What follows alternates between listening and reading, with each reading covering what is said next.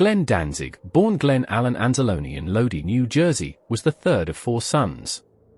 His father, a World War II and Korean War Marine veteran, worked as a TV repairman, while his mother held a job at a local record store, likely planting the early seeds of Glenn's musical interests. The family also spent some time living in Revere, Massachusetts, during his childhood. Glenn discovered heavy metal early on, with bands like Black Sabbath, the Ramones, Blue Cheer, and The Doors shaping his musical tastes.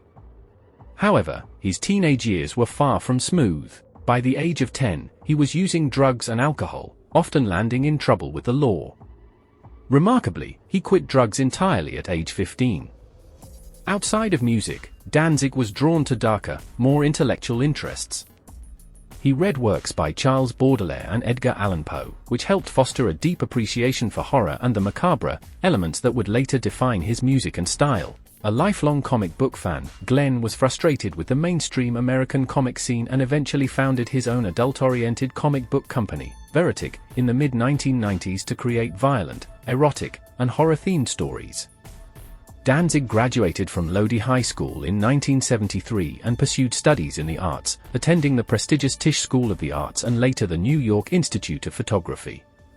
He originally wanted to be a comic book artist and photographer before fully diving into music. His musical journey started with piano and clarinet lessons as a child, later teaching himself guitar.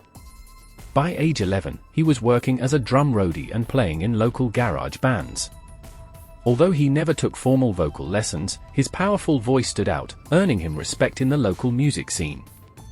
He fronted several high school bands like Talas and Ku.en Bujang, blending original songs with covers of Black Sabbath. In the mid-1970s, Danzig formed what would become one of punk rock's most iconic bands, the Misfits. Operating independently, he released music under his own label, First Blank Records, later renamed Plan 9. Despite early industry rejection and being told he'd never make it in music, Glenn Danzig kept pushing forward, eventually helping to shape the horror punk genre and building a legacy that influenced countless musicians and fans.